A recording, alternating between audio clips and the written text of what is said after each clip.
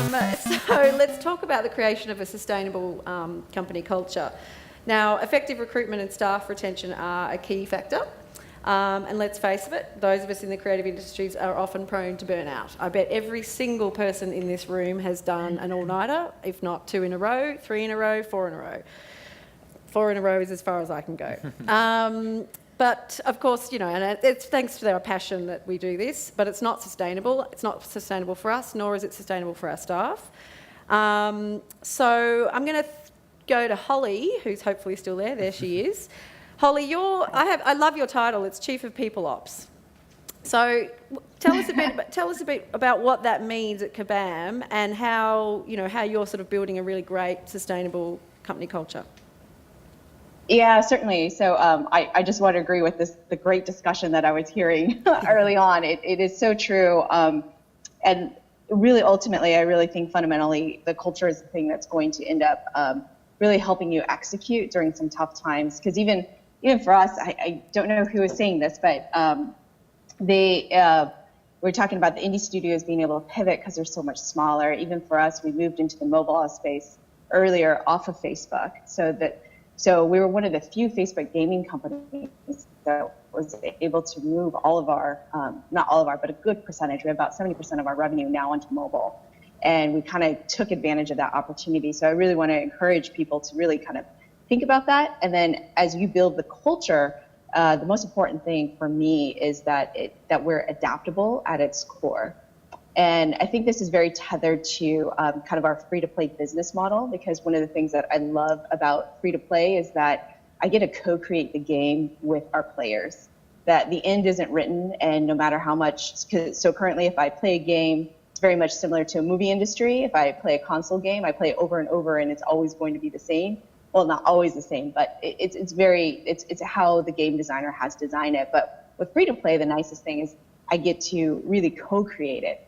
And I think as you see kind of these business models kind of come up, the most important thing in your culture is to be adaptable and be open to those things. And I think that the reason why free-to-play might be a little bit dirty, this is what it seems like from the discussion, is I want to be clear that free-to-play is not the same as pay-to-win. And maybe that's what people are very kind of feel very kind of upset about, where we're very careful at Kabam to make sure it's very balanced, that even if you don't pay, that there's a place for you. We really stress a lot about alliances as well as social interactions. And so you can see kind of how our business model gets really tied in very clearly into kind of our culture, which is adaptability at its core. We've had to do some reorgs. We've also had to grow. We've also had to shrink. We've had to change folks from being web into mobile. So that's the first thing that I really try to help instill a lot in the culture. The second is making sure that our company's strongly aligned. So as the company gets bigger, if the CEO says turn left, one of the biggest things in my head is everybody turning left? Like, are people aligned? So it's much like having kind of a yacht versus a small rowboat where you feel all the impact. And finally, the last thing is, do we have kind of the right skill sets here to be strategically fit to the market, right, in the direction that we're going? So the perfect example is obviously the moving into a mobile market from web. How do we change that in our workplace? So those are things like at a high level that I really care about in terms of culture and always kind of driving that. And then the people ops portion is all the hiring. It's the ground war of making sure the studio and the company is working. It's how do we hire, how do we retain, how do we look for some of the best people, and making sure that they fit for us. And ultimately, at the end of the day, you're going to hear the term like A players, B players, C players, as well as let's go get the best, let's get the right people. But I think the most important thing is to have that discussion around what does right mean, or what does perfect mean, looking for the perfect candidate, because they could be perfect, but not perfect for you. And that's what you're looking for, is perfect for you, your company, your team, making sure that you're thinking about, once I get these perfect people in here, can I make a perfect team? What does perfect people for you mean? And building into that perfect team is ultimately much better. So To answer your question of what I oversee in terms of the hiring process is just making sure that we get the very best team ultimately, and build the very best, but using with the very best people for you. Yeah, yeah. And I actually want to ask Nick at No, because obviously you've sort of had to, over the years, you've had to sort of scale up and scale down according to projects coming in the door. And I know you've had some interesting learnings from that. So obviously, how do you approach it when you know you're coming up to the project's starting to expand? How do you get the right people at the right time? I think it depends at where you are, where your company is in its kind of stage of development. So very early on, we weren't kind of like as well known as perhaps Kabam or EA or anyone like that are. So you're not having hundreds of CVs and resumes coming through your door every day. So you have to go out and really search. So we went around universities, and this, because it was like 2006, there weren't as many games degrees out there, and I just moved to Australia, so I wasn't familiar with all the universities and all the courses at that point. So, and I was building the company off my savings, so I had I already knew what the budget was, and I needed to find a programmer. So we got staff, and we got our first game made. But there was a lot of learnings there in terms of they obviously had no experience at working in games before.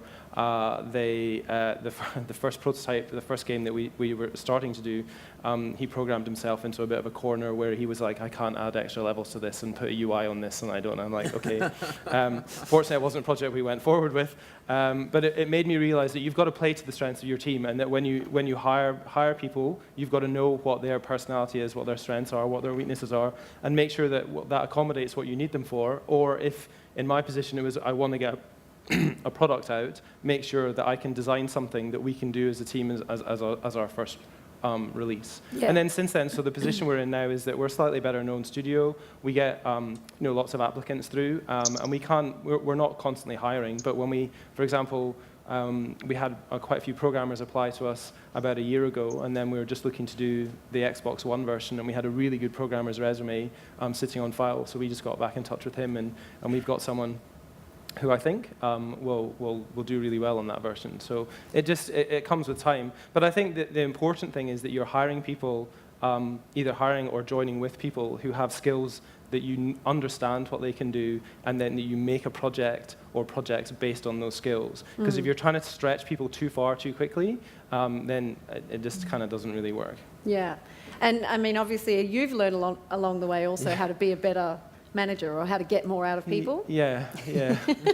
Well, I'd never really managed people because I was working in design. So I'm a designer, I'm not a programmer. And at EA, I was working in design. I'd done some management courses, which are great, but until you actually kind of put things into practice, it's kind of, it sounds great, and everyone's going, yeah, you can do that, and you put it into practice. Yeah, you learn in the trenches when it comes to people. Yeah. And everyone's a little bit different, and you do crunch time, which we do work hard sometimes and work late nights, and I have to try and get people to want to work longer than maybe they want to, so that has interesting conversations, and I can't be everyone's friend is probably the biggest learning I had quite quickly. Yeah. That's a tricky one. That's a trap that you fall into so often, right? It's like that, and I imagine for people with children, it's the same thing, right? It's like you really, especially me, that's how I lead. It's like, be the best guy, and let's do this, let's fun. And then sometimes you're just like, whoa, okay, no, we don't talk about that in the office, or well, you really stuffed up here. What's going on? And that is a very hard line to walk, and that is something that I think is constantly. I don't know, Holly, how do you find that? Yeah, it's a very hard line. I think some of the best analogy that I like using, particularly in my head, because that's usually one of the first lessons you learn as a manager. You can't be everybody's friend. Is I try to be a coach. Right. And try to unlock the fullest potential. And when you think about this, particularly sports coaches that you had, really the good ones, those are the ones who was personal enough, yet at the same time gave you that tough love, and was able to really unlock your fullest potential. And then when you grow your team, you realize sometimes there's just more problems, and as a head coach, you have to kind of make sure that all the players are playing well together, which sometimes means resolving some unfun spats. That's for sure. And Trent, obviously with running a collective, you're working with people who are independently, could be in other countries, Yep. they could be in other states. You don't have the benefit of being able to sort of sit them down in a room and all talk to them at the same time. How do you go about that? Yeah, exactly. And people work to varying degrees of effectiveness with that. And so we obviously try to look for people, and while we're working with people, see who works well in that way. A great example is Ty Kerry, one of our company directors, and our Armello's art director, or League of Geeks art director. He's been a digital illustrator out of hours, even all the years he was working in games and stuff, for role-playing books and Warhammer and all these different things for years. And so he'd get home and he'd just work and he'd do his. So he's very much in the culture of, I have a space at home and I get in and I just work. And he can be like twice as effective at home than if he's in the office some days, because he just locks himself away and he gets some stuff done. But then you have it like, I am terrible via correspondence. Like, I will get nothing done except watch 20 YouTube videos. So it's like, so people work to differing degrees. Like, I need to be in the studio, I need to be bouncing off people and working with, within a collaborative sort of actual environment. And so that's what I do. I lead the core team at League of Geeks, and the other directors are all via correspondence. But communication is the biggest thing. So we invest in the right sort of online tools to make sure that we do that, even down to things like making sure the team is updated and keeping on forums. And this is things that we're not super good at. Like, it's probably one of the things that we're really bad at. Like, we should be so much better at it. And this is part of the reason why we pivot as fast as we can on particular things, is because communication is the most important thing. Like, when we've got people like Melissa King, who's an amazingly talented illustrator who's in the Bay Area, and then we have another artist animator in Florida. Then we've got our environment artist in Wellington, and then we have animators in Perth. We've got another animator here in Sydney. We're like all over the place. We had someone in Japan at one point, and then we even have people traveling and moving about. And so you've got to find when they're going to be in a particular spot for a couple of days and be like, okay, we've got an illustration if you've got the time. So it's really tricky, but these are and just again, coming back to planning, yeah. for you, super important to have Yeah. a really clear plan from the very beginning. It is, and you find ways to deal with it. Like, for example, at the start, we thought we could just have like a hero modeler, who's just, this is our guy or our girl, and she does the modeling. And that's cool, but then you find that, especially working out of hours and via correspondence, that you can burn people out like that. So now what we do with each discipline is we have a pool of resources. And so, for example, when we do, so we've got 100 or so cards in the game that we need illustrated and animated. And so when one comes up that needs to be illustrated, we go, okay, illustrators, who's got time? And then 3 might put their hand up and the other 5 are like, oh, I'm out. I've got stuff on this weekend, or I can't be bothered, or I need a break, or I'm working. And then we just hand out tasks to those 3. And it's about sort of just managing our expectations about when things are going to come in. And that's partly why the game's taken so long, but it's also why we have such a high execution on quality.